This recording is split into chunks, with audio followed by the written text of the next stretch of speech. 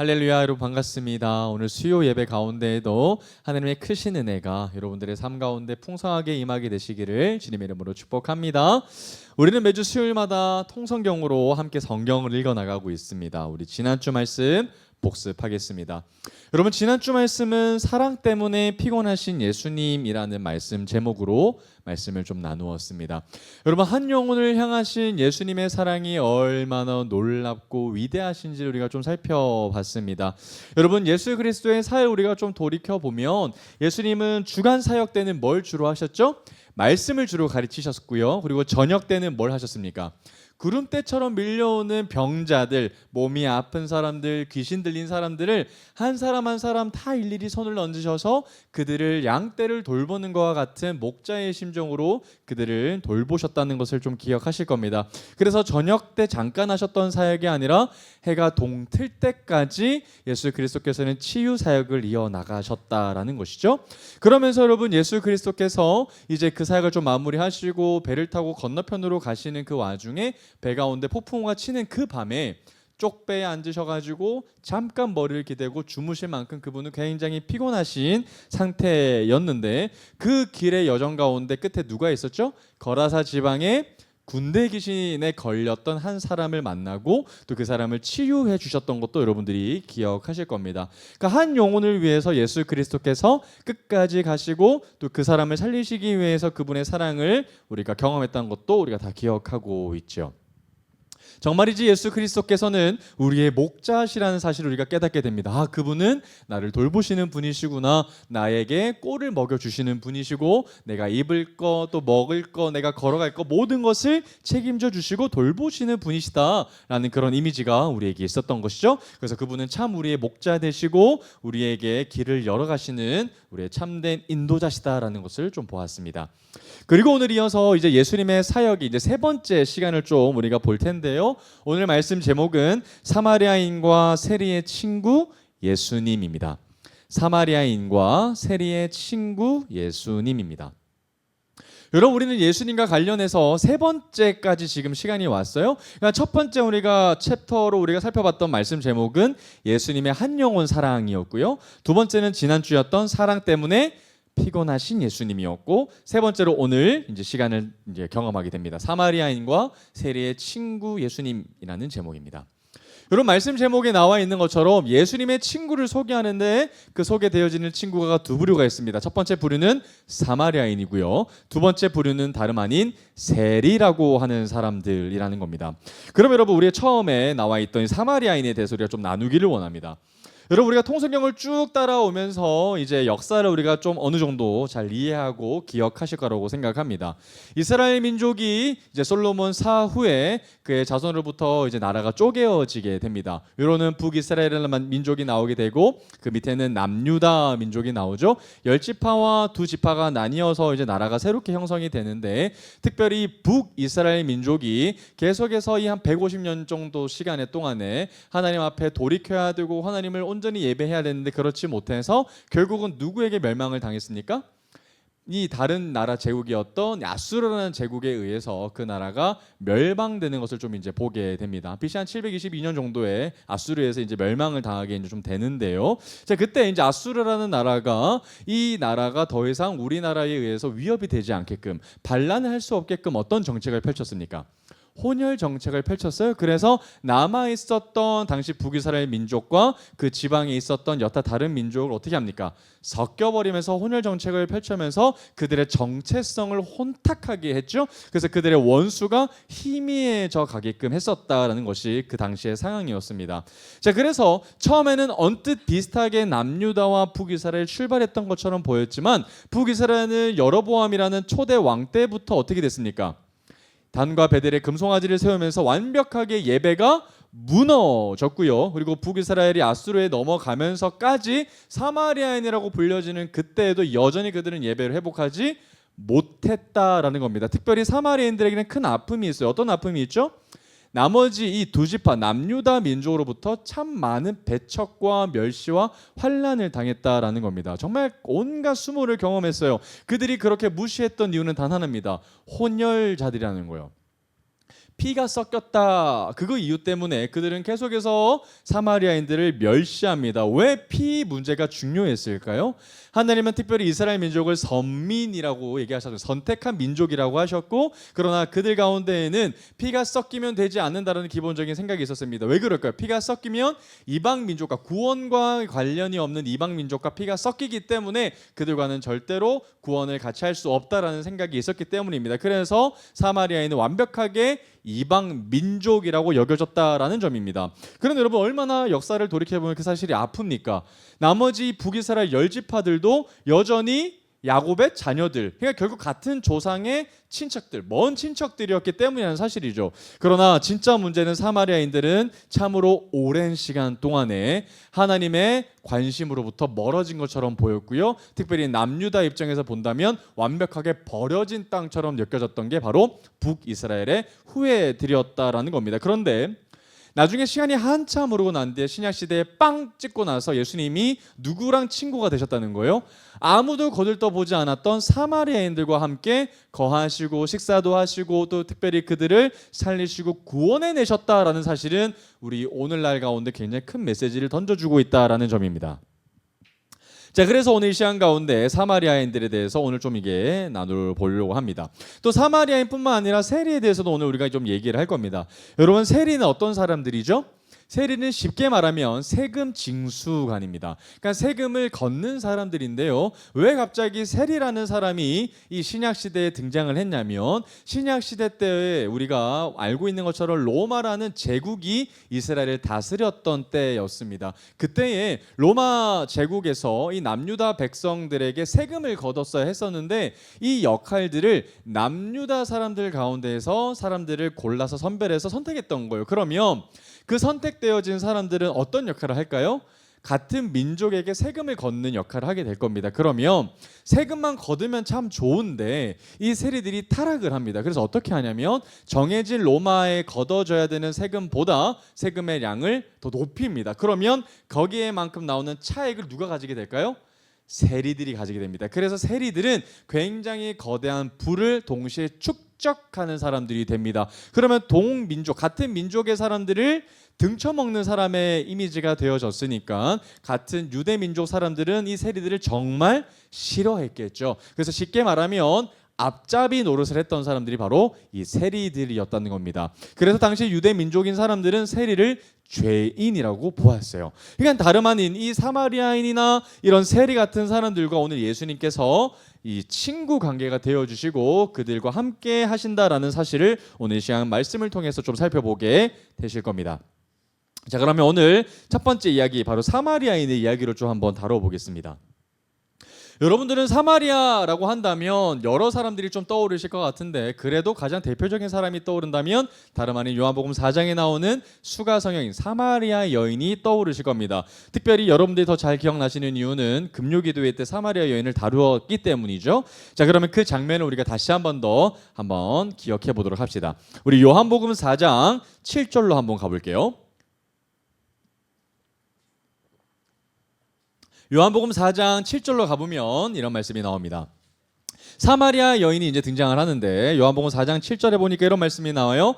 사마리아 여자 한 사람이 물을 기르러 왔음에 예수께서 물을 좀 달라 하시니 이는 제자들이 먹을 것을 사러 그 동네에 들어갔음이로라. 사마리아 여자가 이르되 당신은 유대인으로서 어찌하여 사마리아 여자인 나에게 물을 달라 하나이까 하니 이는, 자, 뭐라고 나오죠? 유대인이 사마리아인과 상종하지 아니함이로라. 여러분, 대화를 하지 않는 정도가 아니라 아예 어떠한 교류도 하지 않는다, 아예 거들떠보지도 않는다라는 표현이 바로 이 상종이라는 단어라는 거예요. 그럼 여러분, 당시에는 정말 이상한 일인 거죠. 유대인이셨던 예수님께서 아무도 상종하지 않았던 사마리아 여인, 특별히 또 여인과 유대인 남자가 만나는 건 정말 이상한 일이거든요. 그런 일들이 지금 일어났다라는 겁니다. 그리고 예수님은 다름 아닌 이 여인을 향하여서 대화를 시작하시죠. 다름 아닌 첫 마디는 이런 표현이었습니다. 물을 좀 내게 달라라는 표현을 좀 쓰십니다. 그랬더니 여인이 화들짝 놀랍니다. 어찌하여 다른 유대인들과 달리 당신은 나에게 말을 거십니까? 라고 이렇게 반문했다라는 겁니다. 그러니까 당시에 사마리아의 사람들에게 유대인들이 어떻게 대했는지를 대해서 우리가 알 수 있는 대목이죠. 그런데 예수님께서 이 여인과 어떤 대화를 하는지를 살펴보면 굉장히 놀랍다라는 것을 좀 볼 수 있습니다. 13절 한번 볼게요. 요한복음 4장 13절 보면 이런 말이 나와요. 예수께서 대답하여 이르시되 이 물을 마시는 자마다 다시 목마르려니와 내가 주는 물을 마시는 자는 영원히 목마르지 아니하리니 내가 주는 물은 그 속에서 어떤 물이에요? 영생하도록 솟아나는 샘물이다. 제가 영어로 스프링 워터라고 그랬어요. 그러니까 멈춰지는 물이 아니라 계속 내 안에서 샘솟는 샘물이라는 거죠. 스프링 워터처럼 계속해서 뿜어내는 샘물이 된다라는 이야기라는 겁니다. 그러니 이 여인을 향하여서 근원적인 갈증은 누가 채워주신다는 거예요? 내가 채워준다는 겁니다. 너가 가지고 있는 공허, 네가 가지고 있는 빈 곳, 네가 가지고 있는 결핍, 그 모든 것들을 세상에서 채워지는 게 아니라 바로 나 예수 그리스도로 말미암아 채워진다라는 이야기들을 지금 해주신다라는 겁니다. 아, 그러면 예수님은 우리 인생 가운데 근원적인 갈증의 해결자시구나, 우리의 모든 것들을 해결하시는 분이시구나를 이제 알게 된다라는 겁니다. 그런데 여러분, 여기서 끝나는 것이 아니라 다름 아닌 예배라는 주제로 이제 넘어가게 되는 부분이 나와요. 21절 보겠습니다. 21절 보면 이런 말씀이 나오죠. 예수께서 이르시되 여자여 내 말을 믿으라. 이 산에서도 말고 예루살렘에서도 말고 너희가 아버지께 예배할 때가 이르리라. 그러니까 지금 사마리아 여인과 예수님이 예배에 대해서 이제 알려주셔요. 21절 너희는 알지 못하는 것을 예배하고 우리는 아는 것을 예배하노니 이는 구원이 유대인에게서 남이라. 아버지께 참되게 예배하는 자들은 영과 진리로 예배할 때가 오나니 곧 이때라. 아버지께서는 자기에게 이렇게 예배하는 자들을 찾으시느니라. 하나님은 여기시는 예배하는 자가 영과 진리로 예배할지니라. 로 우리 교회 주제 말씀이 여기 적혀져 있죠. 요한복음 4장 24절 하나님은 영이시니 영과 진리로 예배자들이 드려야 된다. 여러분, 여기서 중요한 포인트는 뭘까요? 여러분, 성경에서 예수 그리스도께서 예배와 관련해서 직접적으로 언급하시는 가장 첫 번째 이야기가 바로 사마리아 여인과 있었던 대화입니다. 그 전까지는 예배와 관련해서 예수님의 회복에 대한 말씀이 없으셨거든요. 그러니까 사마리아 여인을 향해서 예수님이 예배에 대한 회복을 말씀하셔요. 자, 그런데 여러분, 여기서 굉장히 중요한 포인트는 뭐냐면 사마리아는 어떤 땅이었죠? 구원이 존재하지 않는 땅이었어요. 유대인의 입장으로 본다면 거의 그 사람들은 소망의 닻이 끊어진, 소망의 줄이 완벽하게 떨어져 나간, 어떤 생명도 소망도 앞으로의 희망도 없는 죽음의 땅으로 변해져 있던 이방 민족이 바로 사마리아 땅이었어요. 그렇게 모든 사람들이 외면했고, 그리고 심지어 여로보암 이후로 거기서 예배를 잘 드렸던 적이 있어요, 없어요? 없었어요. 그러면 자그마치 신구약 중간기를 넘어가서 신약 시대가 도래할 때까지 몇 년 정도 해당이 되냐면 무려 한 800년 만에 뭐가 회복이 되기 시작한 걸까요? 예배가 회복되기 시작한 거예요. 그러니까 800년이라는 시간 동안, 700에서 800년이라는 시간 동안 어떤 하나님과 일절의 교류도 없었던 그 땅 가운데 하나님의 아들이신 메시아이신 예수 그리스도께서 사마리아의 사람을 만나서 처음으로 하셨던 말씀이 뭐라고요? 예배에 대한 말씀하시고 예배가 회복되어져야 될 것이다 라는 말씀을 해주셨다라는 겁니다. 여러분, 그러면 이 회복이 어떤 회복인지를 반드시 기억하셔야 됩니다. 여러분, 사마리아 사람들의 입장에서 보면 회복의 의미가 어떤 회복이 중요할까요? 첫 번째, 이런 회복이 중요할 겁니다. 사마리아 땅을 다시 북이스라엘의 영광의 땅으로 바꿔주십시오. 이것이 그들의 입장에서 보면 엄청난 회복이라고 생각할 겁니다. 그죠? 또 다른 회복은 이것일 수 있을 것 같아요. 주변 사람들을 향해서 우리의 인식을 개선시켜 주십시오, 이런 얘기를 할 수 있을 것 같아요. 그죠? 특별히 남유다 민족이 우리를 너무 멸시하니까 그 멸시하는 인식으로부터 우리를 구원해 주십시오라고 이야기할 수도 있다라는 겁니다. 그러나 예수 그리스도께서 말씀하셨던 진정한 회복은 그런 회복이 아니었다는 거예요. 하나님의 아들이신 예수 그리스도께서 이 땅 가운데 오셔서 사마리아를 향하여서 하셨던 참된 회복의 말씀은 바로 예배의 회복이 있다라고 예수님이 하셨다라는 겁니다. 바로 여러분, 예배의 회복이 참된 회복이지 상황적 회복이 아니라라는 것입니다. 그래서 이제 사마리아 사람들이 어떤 변화가 나타난지는 요한복음 4장 40절에 나오죠. 사마리아 사람들이 어떤 변화가 나타나는 거예요? 사마리아인들이 예수께 와서 자기들과 함께 유하시기를 청하니, 그러니까 예배가 회복되기 시작하니까 예수님과 떨어져 있고 싶지 않은 거예요. 예수님과 함께 하고 싶은 마음이 그들 가운데 생기기 시작했다는 겁니다. 그랬더니 예수님이 어떻게 하시죠? 거기서 이틀을 유하셨다는 거예요. 그들과 함께 먹고 마시면서 그들의 집 가운데 주무셨다라는 거예요. 41절, 그랬더니 어떤 열매가 나타납니까? 예수의 말씀으로 말미암아 믿는 자가 더욱 많아지더라. 예배가 회복되어지고 하나님의 아들이신 예수 그리스도와 함께 시간을 보냈더니 그들 가운데 믿음이 생겨지고 그들이 온전히 하나님 앞에 서게 됐더라라는 겁니다. 그러면 더 이상 그들은 예루살렘에 가서 예배하는 것이 아니라 누구 때문에 예배 드릴 수 있게 되는 거예요? 예수님 때문에 예배를 드릴 수 있게 된 것으로 완벽하게 변해졌다라는 겁니다. 자, 그러면 이제 사마리아 땅이 완벽하게 조금씩 회복되고 있다는 것을 이제 눈으로 보고 있다는 것이죠. 자, 그러면 성경에 또 사마리아와 관련되어 있는 이야기들이 어디에 나타났는지 한번 보도록 하죠. 자, 누가복음으로 한번 가보겠습니다. 누가복음 9장 51절입니다.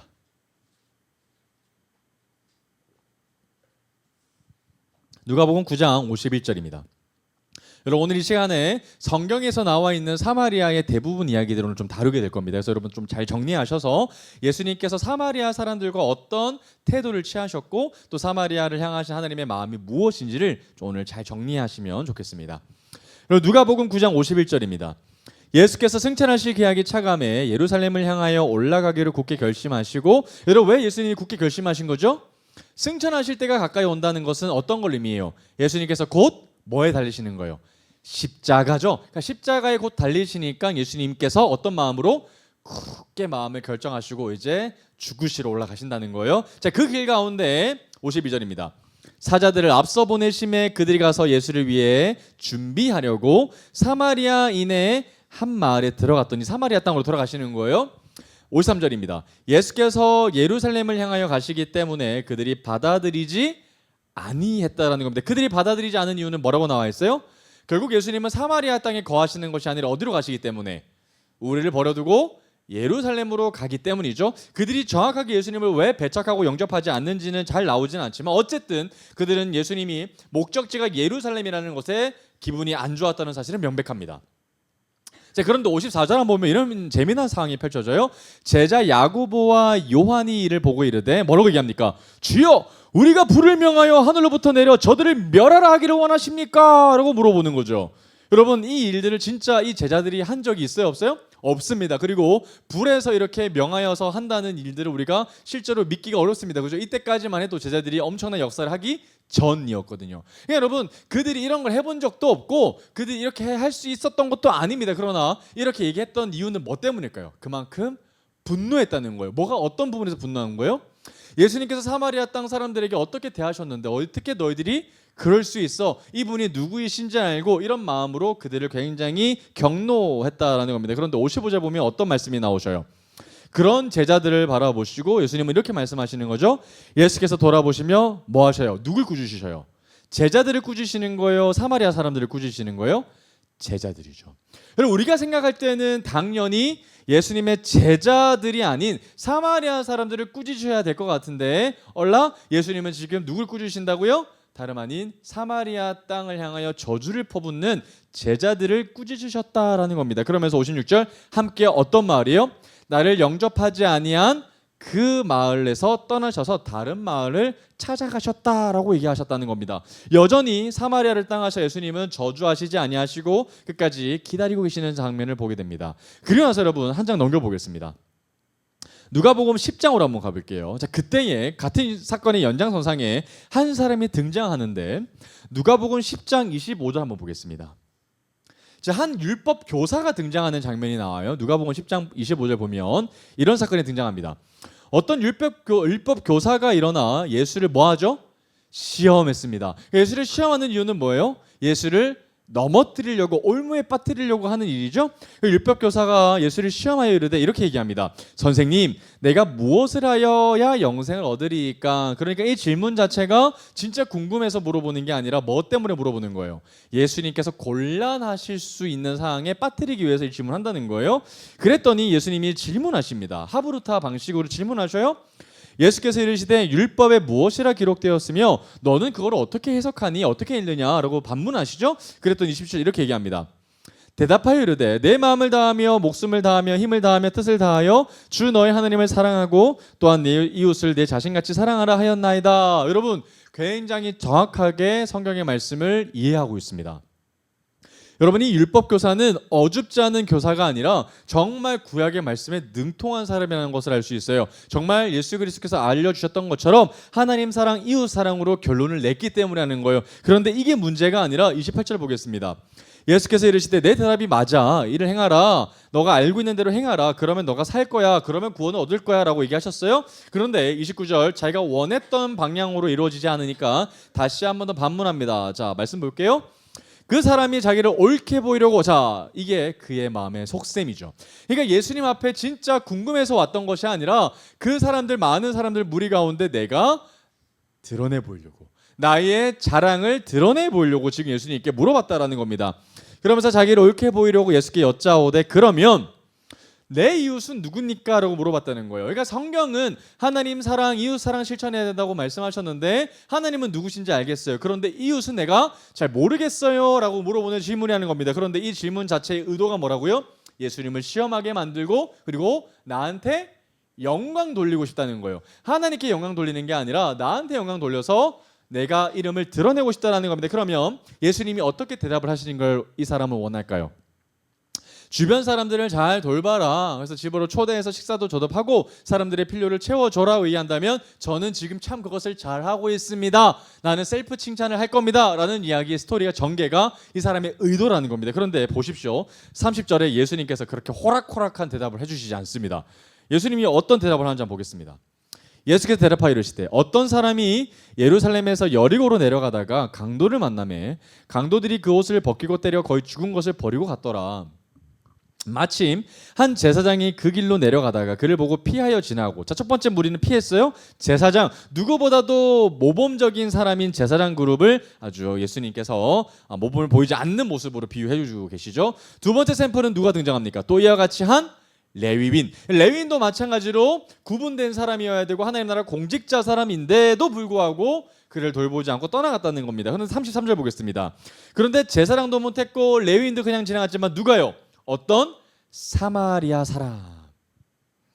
자, 어떤 사마리아 사람은 여행하는 중에, 자, 심지어 이 사람은 그 지역 사람도 아니라는 거예요. 여러분, 여행하는 사람이 많은 돈을 가지고 다니지 않습니다. 그 사람도 여행을 할 수 있을 만한 그 계획 안에서 돈을 가지고 왔죠. 그런데 그 사람이 그런 여행하는 중에서도 불구하고 그를 보고 뭐합니까? 불쌍히 여기죠. 이웃을 향한 본질적인 마음이 등장합니다. 불쌍히 여겼다. 자, 그래서 어떻게 했는가 봤더니 가까이 가서 기름과 포도주를 그 상처에 붓고 싸매고 자기 짐승에 태워 주막으로 데리고 와서 돌보아 줬어요. 그 이튿날 그가 주막 주인에게 데나리온 2를 내어주며 이르되 이 사람을 돌봐 주십시오. 비용이 더 들면 내가 돌아올 때에 갚겠습니다라고 얘기했습니다. 그죠? 그러니까 우리가 생각하는 것보다 이상으로 엄청난 베품과 섬김으로 그 사람을 도와주었다, 섬겨주었다, 사랑해줬다라는 것을 좀 보게 됩니다. 36절이죠. 그러면 내 생각에는 이 세 사람 중에 누가 강도 만난 자의 이웃이 되겠느냐라고 물어보셨더니 37절입니다. 이르되 자비를 베푼 자니이다 하면서 예수님의 이 논증에서 완벽하게 박살나고 예수님의 말씀 가운데 순응하며 떠나는 장면들을 좀 보게 됩니다. 예수님이 딱 한마디 하시죠. 예수께서 이르시되 가서 너도 이와 같이 하라. 그러면 여러분 여기서 이 본문 우리가 뭐라고 얘기합니까? 흔히 선한 사마리아인의 비유라고 얘기를 합니다. 여러분 율법 교사는 정확하게 율법의 핵심을 잘 알고 간파했던 사람이었어요. 그러나 그는 누구를 중심으로 이웃을 판단하고 있었던 걸까요? 자기 자신입니다.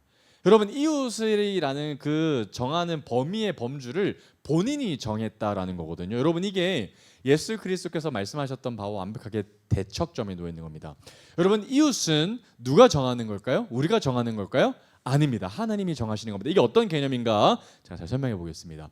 여러분 지금 우리 이웃은 뭐 가족이 될 수도 있고 뭐 친구가 될 수도 있고 이렇게 얘기할 수도 있지만 정말 우리에게 이웃이라는 개념이 왜 이 시대 때 예수님이 비유로 설명하셨는가 봤더니 여러분 그 당시에 고대 근동 사회에서 특별히 신약 시대에 바리새인들과 뭐 사두개인들이라는 사람들조차 율법에 대해서 잘 알고 있었을 겁니다. 그런데 이 말씀 하나님 사랑, 이웃 사랑에 대한 개념도 알았을까요? 몰랐을까요? 잘 알고 있었을 겁니다. 모르지 않았어요. 그러면 이 사람들이 당연히 율법을 잘 알고 실천을 해야 사람들로부터 뭘 받아요? 존경을 받아요. 그럼 이 사람들도 뭐 해야 돼요? 하나님을 사랑할 뿐더러 이웃 사랑을 실천적으로 모범을 보여야 사람들로부터 존중을 받는단 말입니다. 종교 권위자이기 때문에. 그런 바리새인들이 사람들을 잘 섬겨야 하는데 어떻게 섬겼는가 봤더니 자기들끼리 섬겼던 거예요. 이웃을 누가 정한 거죠? 본인들이. 그래서 바리새인들끼리 집으로 초대했습니다. 그래서 오늘은 여기 집으로 가고 오늘은 그 사람 집에 가고 오늘 우리 집에 오십시오라고 하면서 돌아가면서 식사를 섬겼던 거예요. 물론 오늘의 기준으로 보면 그것도 참 잘하는 겁니다. 그러나 정말 약한 자의 입장으로 본다면 어떤 문화죠? 끼리끼리 문화인 거죠. 그러니까 정말 하나님께서 원하셨던 이웃에 대한 개념은 우리가 정하는 것이 아니라 누가 정하는 거예요? 하나님께 정하시는 거여서 정말 바리새인들에게 원하셨던 하나님의 마음은 어떤 마음이셨을까요? 약한 자들이죠. 그죠? 하나님 앞에 가고 싶지만 하나님 앞에 가지 못하는 정말 약한 자들, 환난당한 사람들을 잘 섬겨야 했었는데 바리새인들은 끼리끼리 있는 사람들끼리 섬기면서 그들이 계속해서 자기들끼리 이름을 드러냈던 이런 일들을 행하고 있었다는 겁니다. 그래서 예수님은 그런 게 아니야. 이웃에 대한 기준은 너 중심으로 세우는 것이 아니라 하나님 중심으로 세우는 거야 라는 개념들에 대해서 설명해 주셨다는 거죠. 하나님 중심으로 이런 우리의 주변에 있는 많은 사람들을 섬겨야 할 것입니다 라고 얘기해 주셨다라는 이야기들이 지금 사마리아의 비유를 통해서 등장하고 있다는 것을 좀 보게 되고요. 자, 누가복음 17장으로 한번 가보겠습니다. 누가복음 17장 11절입니다. 누가복음 17장 11절 말씀입니다.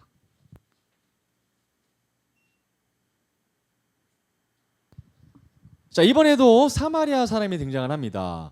자, 한번 내용을 볼게요. 예수께서 예루살렘으로 가실 때에 사마리아와 갈릴리 사이로 지나가시다가 한 마을에 들어가시니 나병 환자 10명이 예수를 만나 멀리 서서 소리를 높여 이르되 예수 선생님이요 우리를 불쌍히 여기소서 하거늘 보시고 이르시되 가서 제사장들에게 너희 몸을 보이라 하셨더니 그들이 가다가 깨끗함을 받은지라. 그 중에 한 사람이 자기가 나은 것을 보고 큰 소리로 하나님께 영광을 돌리며 돌아와 예수의 발 아래 엎드려 감사하니 그는 사마리아 사람이라.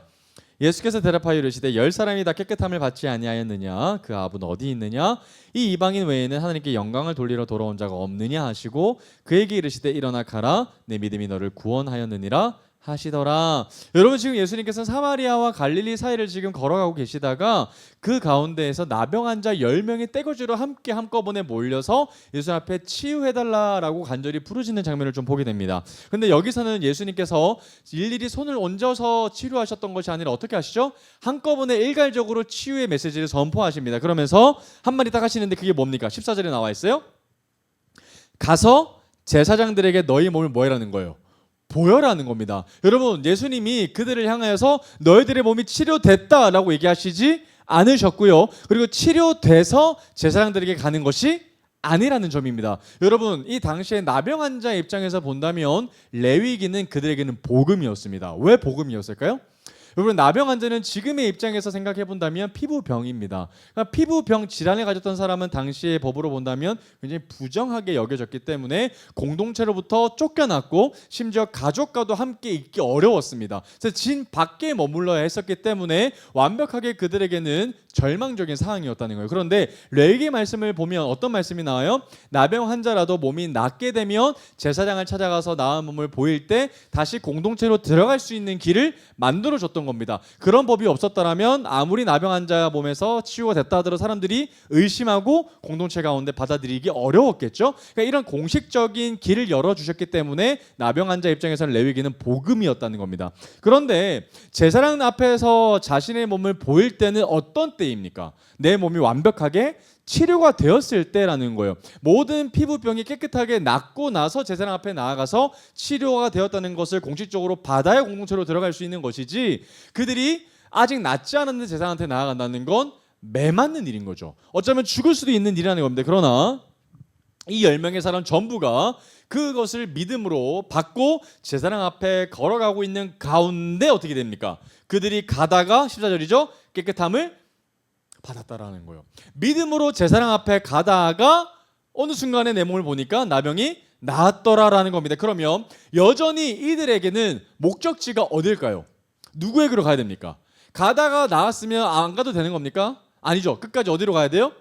제사장한테 가야 됩니다. 여러분 이들 나병 환자들에게 가서 제사장의 공식적인 치료의 승인을 받는 것은 그들에게는 무엇과 같았을까요? 복음과 같았을 겁니다. 왜죠? 공동체로 다시 들어갈 수 있는 패스, 허가증이기 때문에 그래요. 오랫동안 떨어져 있었던 가족의 품 안으로 들어갈 수 있기 위해서는 제사장의 승인이 필요했기 때문이라는 겁니다. 그러면 이들이 나병 환자에서 나아도 예수님 앞에 다시 돌아가기 어려운 이유는 누구에게 먼저 일단 가야 돼요? 제사장한테 먼저 가서 자신에게 이 모든 승인을 받고 나서 움직이는 건 몰라도 일단은 누구가 첫 번째 목적지라는 거예요. 제사장이 목적지라는 겁니다. 왜죠? 제사장의 승인의 목소리가 내게는 복음이기 때문에 그렇다는 겁니다. 그런데 나머지 그런 9명과는 달리 이상한 사람이 한 사람이 등장합니다. 그 사람이 누구죠? 그 중에 한 사람이죠. 그런데 한 사람이 이렇게 나옵니다. 15절. 자기가 낳은 것을 보고 큰 소리로 하나님께 영광을 그 자리에서 돌리며 어떻게 나왔다고 나와요? 돌아와 턴백했대요.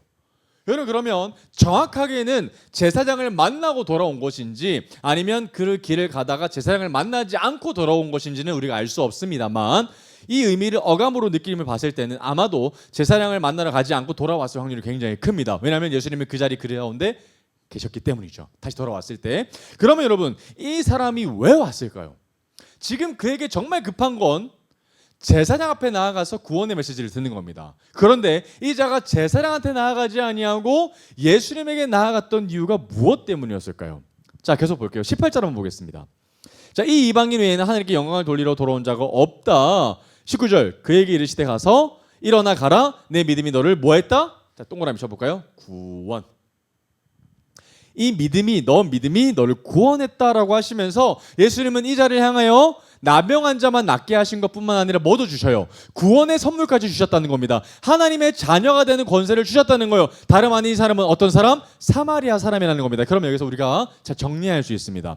여러분, 나머지 9명은 진짜 복음이 무엇이라고 생각했습니까? 제사장 앞에 나아가서 패스증을 받고 공동체로 다시 들어가고 가족품으로 들어가는 것을 구원이라고 생각했어요. 그죠? 그러나 이 한 사람은 뭘 구원이라고 생각했던 거예요? 예수님에게 나아가는 것을 구원이라고 생각했다는 겁니다. 근데 여러분, 여기 아주 놀라운 영적 비밀이 숨겨져 있어요.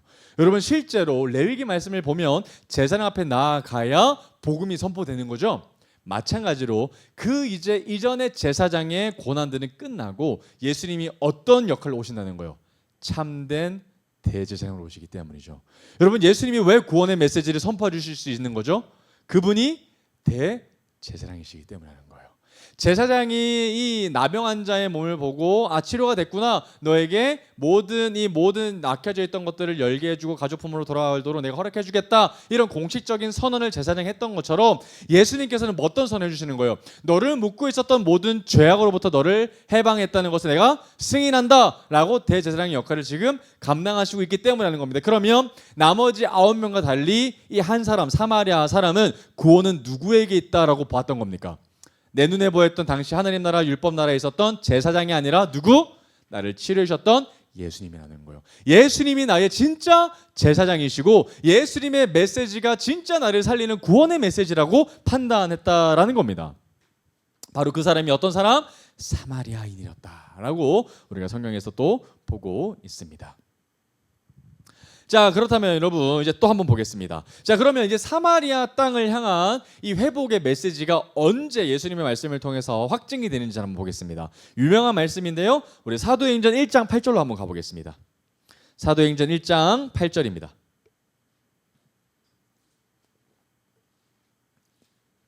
사도행전 1장 8절 말씀도 너무 중요하고 유명한 말씀이죠. 자, 예수님께서 승천하시기 직전에 마지막으로 하셨던 말씀입니다. 사도행전 1장 8절 보면 이런 말씀이 나와요. 오직 성령이 너에게 임하시면 너희가 권능을 받고 예루살렘과 온 유대 어디까지죠? 사마리아와 땅끝까지예요. 그러니까 예수님은 분명히 사마리아를 언급하셨어요. 왜죠? 사마리아에 향하신 예수님의 불붙는 듯한 긍휼이 계셨기 때문이라는 거예요. 그래서 제자들을 향해서 특별히 어떤 땅에 대한 마음을 받기를 원하시는 거예요. 너희들은 사마리아 땅으로 가야 돼. 너희들 사마리아 땅으로 안 가면 안 돼. 남들이, 유대 민족들이 사마리아 사람들을 더들떠 보지 않아도 너희들은 그러면 안 돼. 사마리아 땅 끝까지 가서 너희들은 예수님의 복음을 전해야 돼 라고 예수님이 당부하셨다는 겁니다. 그러면 이 말씀을 들었던 제자들 가운데 누가 구체적으로 사마리아 땅으로 가서 예수님의 복음을 증거할까요? 놀랍게도 예수님의 제자 중에 한 사람이 있는데 그 사람은 우리가 잘 알고 있는 빌립이라고 하는 사람입니다. 사도행전 8장으로 한번 가보겠습니다. 여러분, 제자들은 다 들었습니다. 우리가 유대도 가야 되고 그 넘어서 우리가 사마리아도 가야 되고 땅끝까지 가야 되는구나, 모든 민족에 나아가야 되는구나 하는데 사마리아를 마음으로 받았던 사람이 있었다는 거예요. 사도행전 8장 5절 보겠습니다.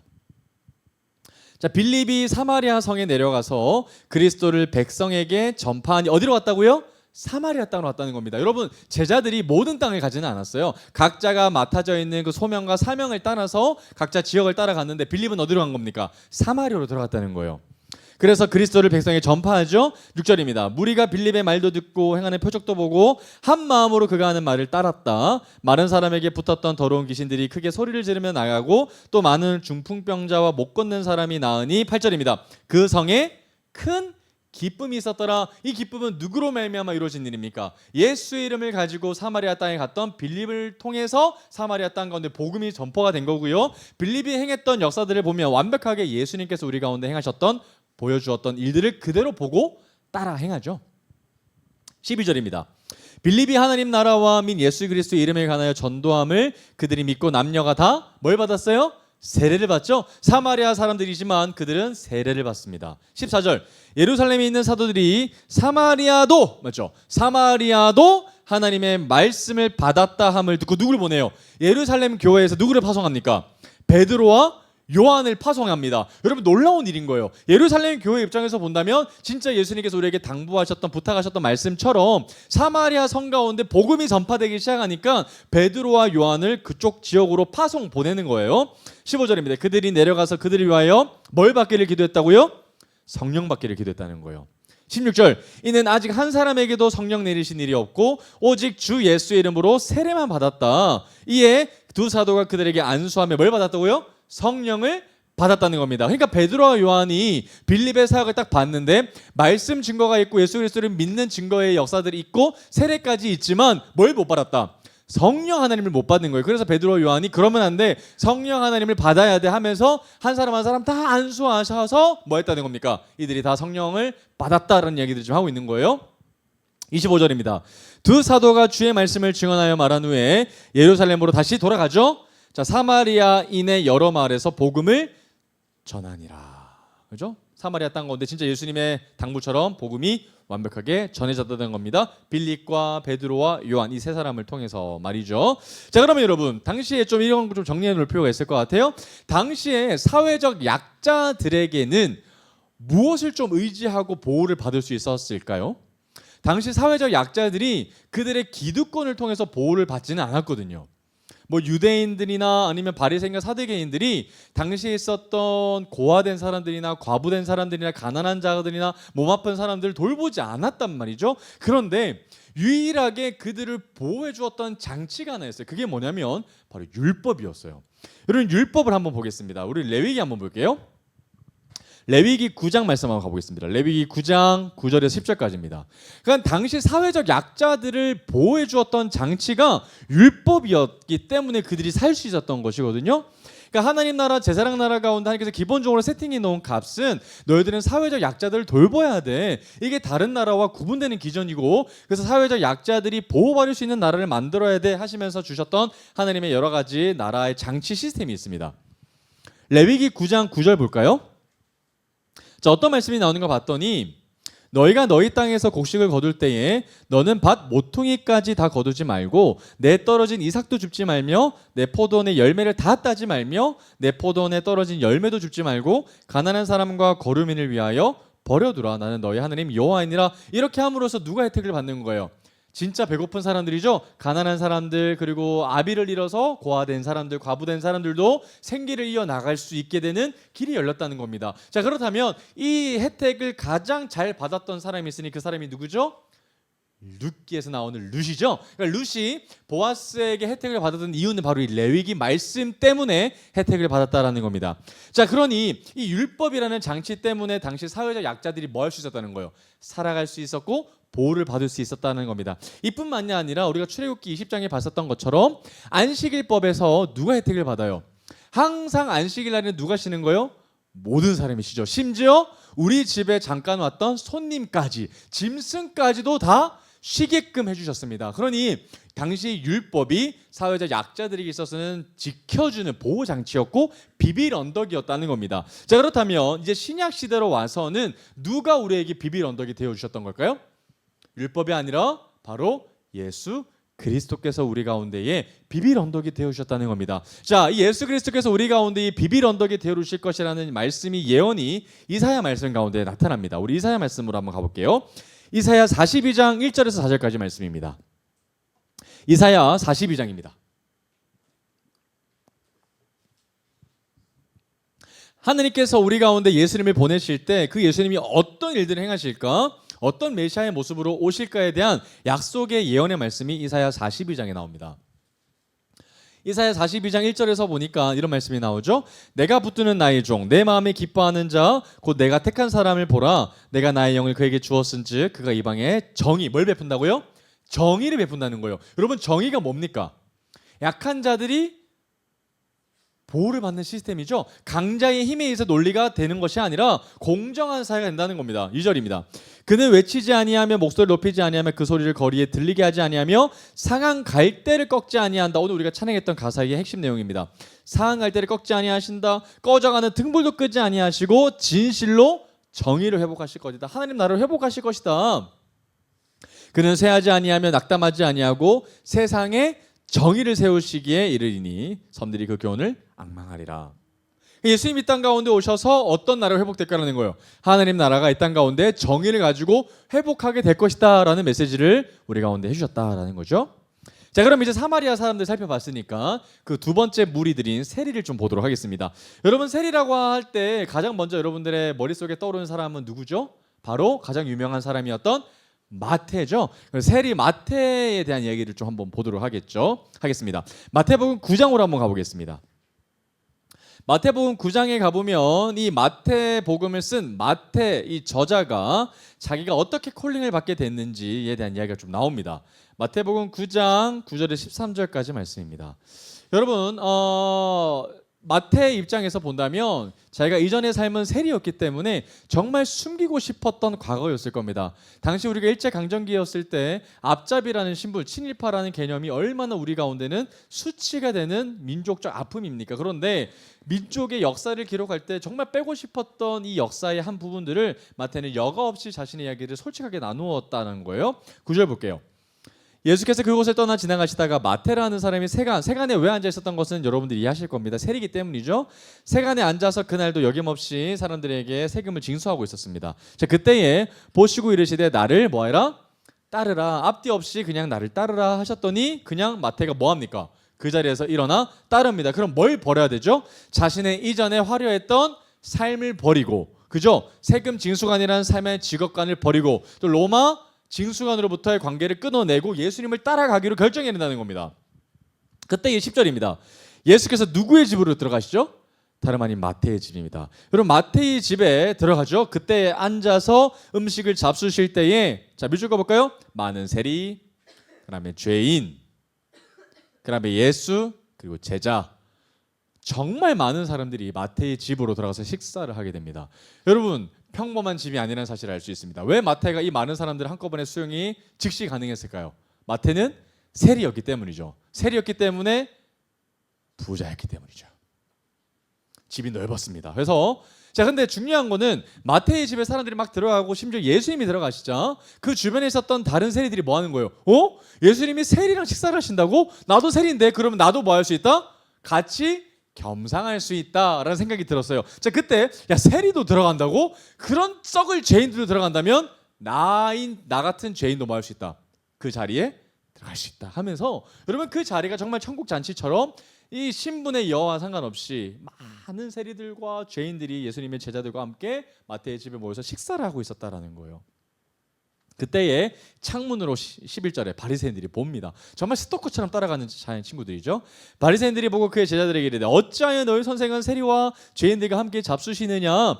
예수께서 들으시고 이르시되 건강한 자에게는 의사가 쓸데없고 병든 자에게라야 쓸데가 있느니라. 너희는 가서 내가 긍휼을 원하고 제사를 원하지 아니하노라 하신 뜻이 무엇인지 배우라. 나는 의인을 부르러 온 것이 아니요 죄인을 부르러 왔노라 하시니라 라고 말씀하셨습니다. 여러분 여기 어투를 보면요, 바리새인의 진짜 마음은 어떤 마음인 것 같아요? 정말 당신이 하나님의 아들이시라면, 정말 당신이 메시아시라면 그런 사람들과 겸상하는 것이 아니라 누구랑 겸상해야 돼요? 나요. 왜죠? 유대 민족 가운데 가장 경건한 사람은 누구기 때문이에요? 바리새인들이에요. 그런데 그 메시아가 나랑 식사하지 않고 나와 함께 나를 존중해 주지 않고 누구랑 대우해 주시는 거예요?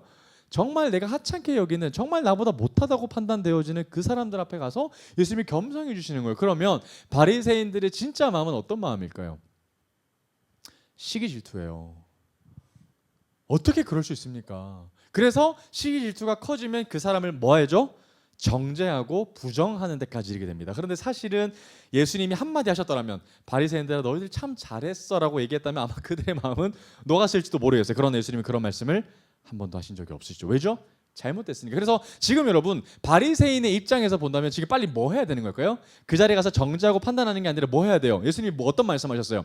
나는 죄인을 부르러 왔어 얘기하셨다면 너희들도 여기 뭐 해야 돼요? 빨리 들어와서 앉아서 같이 먹자 이 말씀하시는 거거든요. 너희들은 못 들어와 이게 아니라 우리는 모두, 너희들은 다 죄인들이야. 이 자들만 죄인이 아니라 너희들도 죄인이야. 그러니 이 식탁은 너희들에게 열려 있으니 빨리 여기 와서 같이 나랑 먹자 이런 말씀으로 하신 건데, 바리새인들이 뭐라 그러는 거? 누가 누굴 보고 죄인이라 그러는 거야? 나 죄인 아닌데 어떻게 겸상하는 겁니까? 라고 얘기했다라는 거죠. 그러니까 여러분 얼마나 마음이 아픈 장면인지 모르겠습니다. 그런데 여러분 이미 이것처럼 세리들 가운데 여러분 상황을 좀 보면 세례 요한의 말씀에 처음부터 반응했던 사람들도 있었다는 것을 좀 보게 되거든요. 여러분 누가복음 3장으로 한번 가보겠습니다.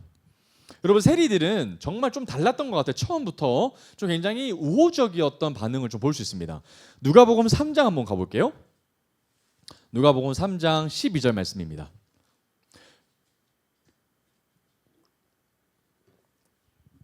누가복음 3장 가보면 세리들이 세례 요한 앞에 나와서 물어보는 장면이 나와요. 세리들도 세례를 받고자 하여 와서, 자 세리들 뭐 받고 싶어요? 세례 받고 싶어요. 와우, 바리새인과 달라요. 세리들도 세례를 받고자 하여서 이렇게 물어보는 거죠. 세례 요한 선생님이요, 우리는 무엇을 하리까? 라고 얘기했더니 세례 요한이 이렇게 솔루션을 줍니다. 이르되 부가된 것 외에는 뭐 하지 말라? 거두지 마라고 얘기하는 거예요. 뭐 해라는 거예요? 공정하게 정의롭게 행해라는 겁니다. 그러면 당시 세리들이 뭐 했다는 겁니까? 정의롭지 못하게 거두어질 세금보다 훨씬 더 많은 세금을 징수했다라는 겁니다. 그래서 이 유대 민족 가운데 정의가 사라지게 만들었던 장본인들이 세리들이니까 너희들이 구원받기 위해서는 뭐 하라는 겁니까? 부가된 것 외에 정직하게 행해야 돼라고 얘기하셨다는 거예요. 세례 요한이. 자, 그런데 여러분 이런 세리들과는 반대로 바리새인들은 어떤 태도를 보이는지 누가복음 7장으로 한번 가보겠습니다. 누가복음 7장 29절에서 30절 말씀입니다. 누가복음 7장 29절에서 30절까지입니다.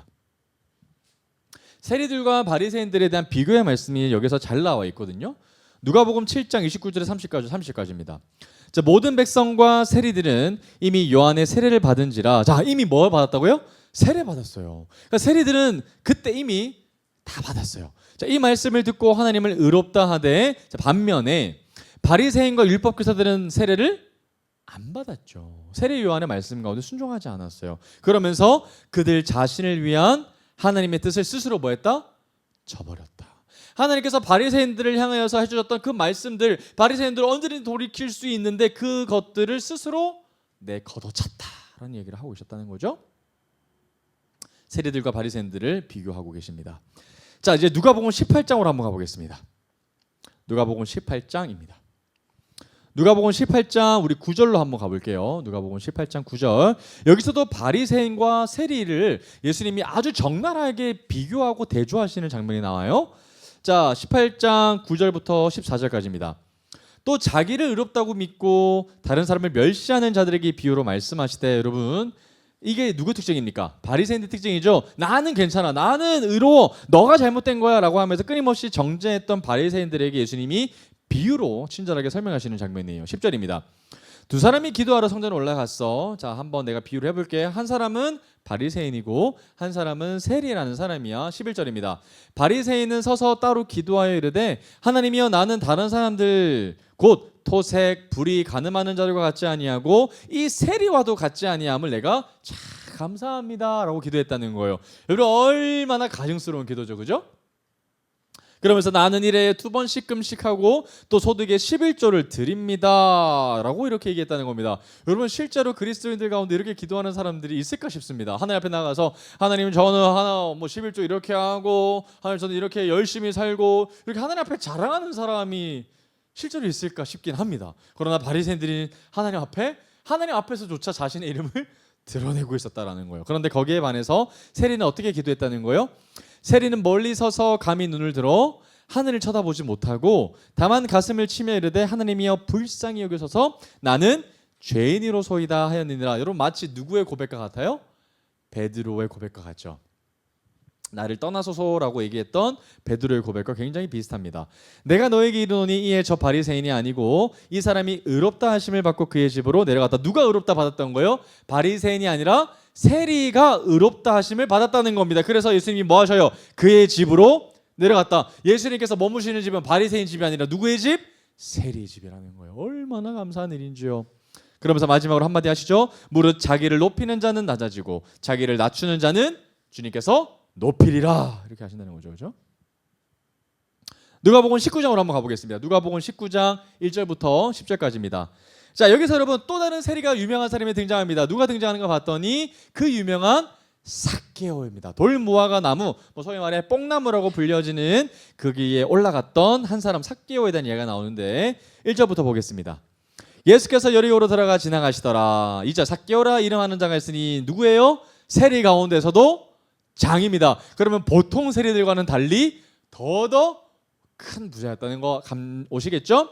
또한 뭐다? 부자다. 자, 그가 예수께서 어떠한 사람인가 하여 보고자 하되 키가 작고 사람이 많아 할 수 없어 앞으로 달려가서 보기 위하여 돌무화과 나무에 올라갔더니 이는 예수께서 그리로 지나가시게 되밀어라. 5절 예수께서 그곳에 이르사 쳐다보시고 이르시되 삭개오야 속히 내려오라 내가 오늘 내 집에 유하여야겠다 하시니 여러분 그 집에 들어가시겠다라고 하시는 말씀의 의미가 뭡니까? 너는 세리이지만 내가 너희 집에 함께 할 것이다. 왜죠? 너가 잘나서 의로워서 그렇지 않습니다. 뭐 때문에? 너는 죄인인 것을 스스로 알고 있기 때문이죠. 6절입니다. 그랬더니 삭개오가 뭐라고 합니까? 급히 내려와서 즐거워하며 뭐했다? 영접했다는 거. 감히 주님께서 우리 집에 거하신다고 하시니 얼마나 황송한지 모르겠습니다. 이렇게 얘기했다는 겁니다. 그랬더니 7절입니다. 뭇사람이 보고 많은 사람들이 수군거리 이르되 저가 죄인의 집에 유하로 들어갔도다 이렇게 막 수군거렸다는 겁니다. 어떻게 죄인의 집에 들어갈 수 있어? 어떻게 스스로 메시아라고 자칭 얘기하면서 어떻게 죄인들과 겸상할 수 있는가? 라고 막 수군거렸다는 거예요. 그러면서 8절입니다. 삭개오가 서서 주께 여짜오되 주여 보시옵소서 내 소유의 절반을 가난한 자들에게 주겠사오며 만일 누구의 것을 섞여 빼앗은 일이 있으면 내 갑절이나 갚겠나이다. 예수께서 이르시되 오늘 구원이 이 집에 이르렀으니 이 사람도 아브라함의 자손이미로다.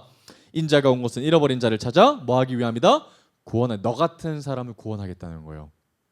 정말 나는 하나님 앞에 떠난 사람이라고 느껴지는 잃어버린 한 양을 위해서 예수님이 이 땅 가운데 오셨다는 거예요. 죄인을 부르러 오셨다. 연결이 되죠. 세리와. 근데 중요한 것은 세리는 스스로 알고 있어요. 그죠? 세리는 자신들이 죄인이라는 것을 하나님 앞에 도저히 설 수 없다는 것을 잘 아는 사람들입니다. 그러나 바리새인들은 스스로 의인이라고 스스로 자기의 자신의 문제가 없다라고 얘기하는 사람, 괜찮은 사람이라고 생각했다는 사람들이라는 거예요. 그랬을 때 삭개오가 뭐라고 얘기하는가 봤더니 주님 제가 이제 주님을 영접하는 수준으로 끝나는 것이 아니라 뭐 하겠다는 겁니까? 가난한 자에게 내가 돈을 주겠다라고 얘기합니다. 내 소유의 절반이나 주겠다라고 얘기하는 겁니다. 왜 이런 얘기를 하는 거죠? 예수님은 뭐에 관심이 있으셔요? 정의죠. 그죠? 그래서 부자가 됐기 때문에 뭐 하겠다는 겁니까? 내 소유의 절반을 뚝 떨어주겠고 그리고 혹시 내가 부정하게 돈을 거둔 일이 있으면 다 나누겠습니다라고 얘기했다는 겁니다. 그랬더니 예수님이 참 기뻐하시면서 오늘 구원이 이 집에 이르렀다 이렇게 칭찬하시는 장면이 있다는 거죠. 자, 이제 마태복음으로 가봅시다. 마태복음 21장 28절 한번 봅시다. 여러분 성경에서 또 이제 세리에 대한 이야기가 나옵니다. 마태복음 21장 28절 가봅시다. 이제 거의 끝부분이에요. 마태복음 21장 28절에서 32절까지 말씀입니다.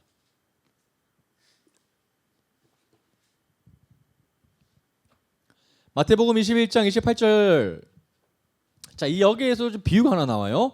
자, 그러나 너의 생각에는 어떠하냐? 어떤 사람에게 두 아들이 있는데 맏아들에게 가서 이르되 예, 오늘 포도원에 가서 일하라 이렇게 얘기하셨더니 29절입니다.